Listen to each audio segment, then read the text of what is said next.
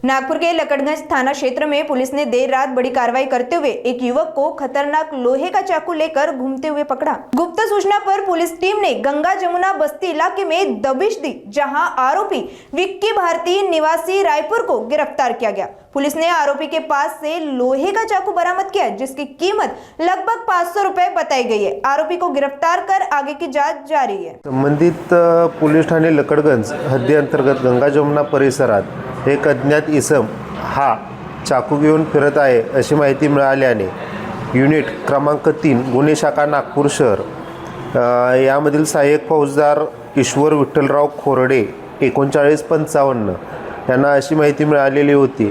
त्या अशा माहितीवरून ते संबंधित ठिकाणी घटनास्थळी गेले असता विक्की रवींद्र भारती वय 20 वर्ष राहणार रायपूर तेलीबांधा जिल्हा छत्तीसगड हा एक लोखंडी चाकू घेऊन फिरत असताना संशयितरित्या आढळला।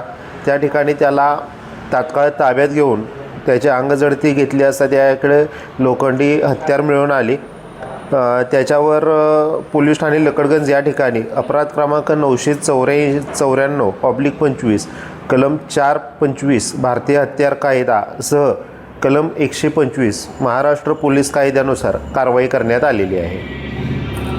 यामध्ये आरोपी हा छत्तीसगडचा रहिवासी असून आरोपीबद्दल पुढील कारवाई पुढील तपास चालू आहे। तसेच आरोपीवर कोणते गुन्हे आहेत किंवा नाही हे अजून याचा तपास चालू आहे। संबंधित कारवाई ही पोलीस ठाणे लकडगंज व युनिट शाखा क्रमांक 3 गुन्हे शाखा यांच्या संयुक्त विद्यमाने करण्यात आलेली आहे।